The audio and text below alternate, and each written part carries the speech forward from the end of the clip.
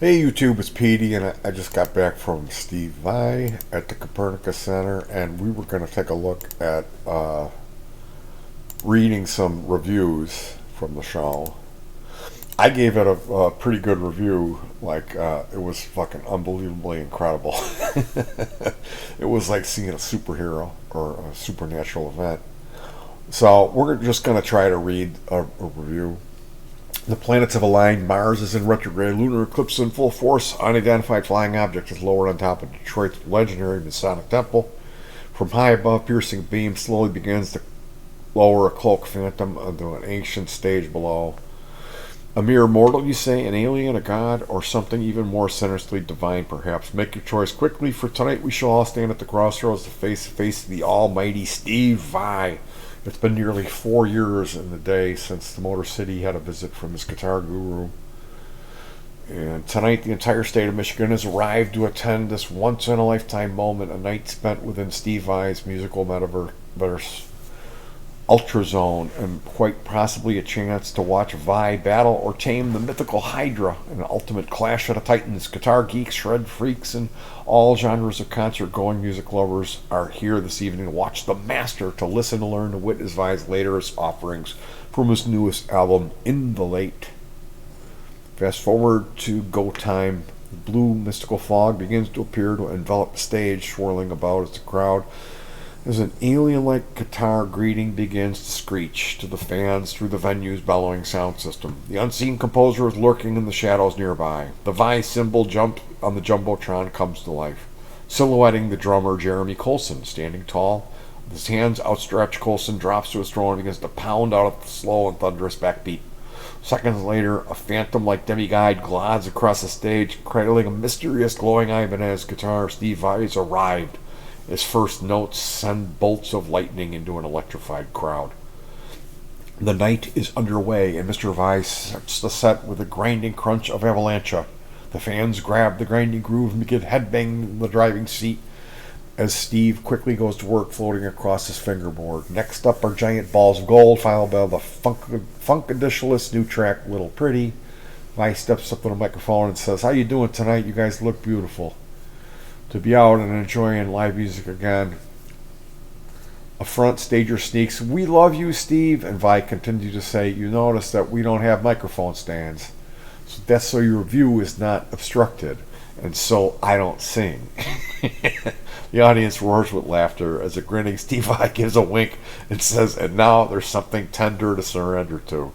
The band proceeds to roll into the feel-good, chill vibe tune, Tender Surrender, followed by The Lights Are On and the twang and high bid pricker, Candle Power. Steve Vai's performance is on point, focused, driven, and full of all those dive bomb, pinch harmonic, Vai-tastic guitar faces that the fans love.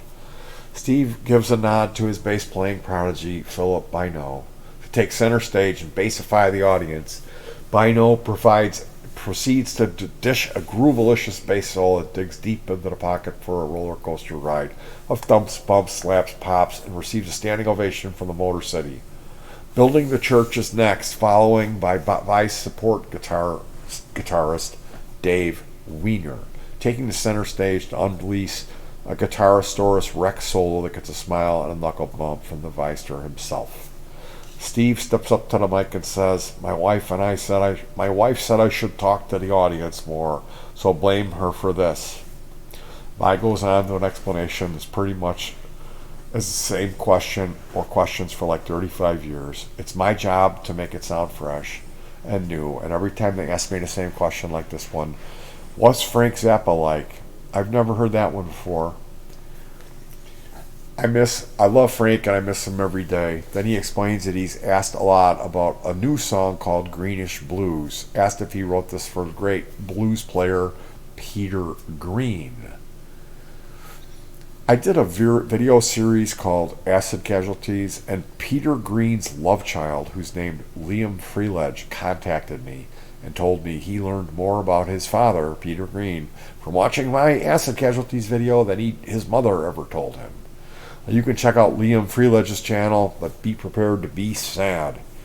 Anyway, we're covering Albatross, which is a Peter Green guitar instrumental that is absolutely heartbreakingly beautiful. It was inspired by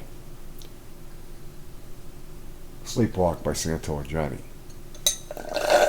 Now, getting back to the spacey, soulful, deeply expressive track off his new record, the song fades to an end. We see a Jumbotron, and it comes to life. We see the oh so familiar scene from the movie Crossroads, introducing Steve Vai's alter ego, Jack Butler. The scene plays out, and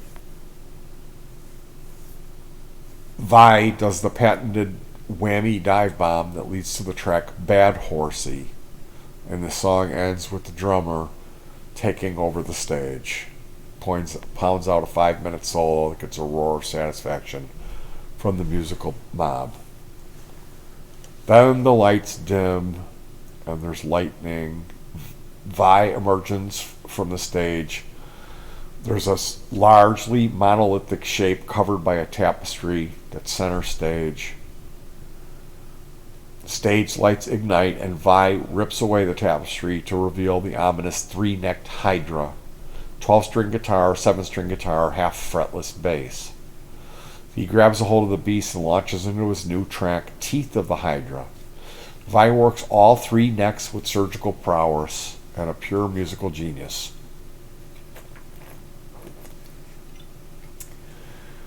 The crowd is awestruck, and nearly everyone is holding their phones up to record this man versus beast encounter. As the tune comes to a close, and I mean it was gimmicky, but it was still really cool to see him do it. When he finished, I looked to my friend and I said, well, now I've seen everything. Now I've seen it all. With the slaying of the proverbial beast, Steve drops another godlike frolic across the fretboard. With Zeus in chains, the tune is well received by the audience, and Vai responds with a double offering of Passion and Warfare classics, Liberty, followed by the classic opus For the Love of God. Steve brings the night to a close with a proverbial favorite, Fire Garden Suite Taurus Bulba. Just like an amazing trip to all the cultures of the world in 2 hours and 13 minutes. Your journey has come to an end. Steve Vai performing live in the prime of his superpowers, with 40 plus years of growth and evolution as a musician, will prove to be the boldest music memories inside a concert going head of yours. If you have not witnessed a Vai-tastic performance, head over to Steve Vai's official website, pick a date from the current tour that's underway, and get going.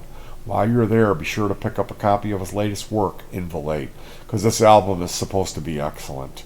And I gotta tell you, guys, this was in fact a concert of a lifetime. This was something like I never thought I could never imagine I would witness anything like this. It was absolutely incredible. It was a fucking miracle. So you know what you gotta do.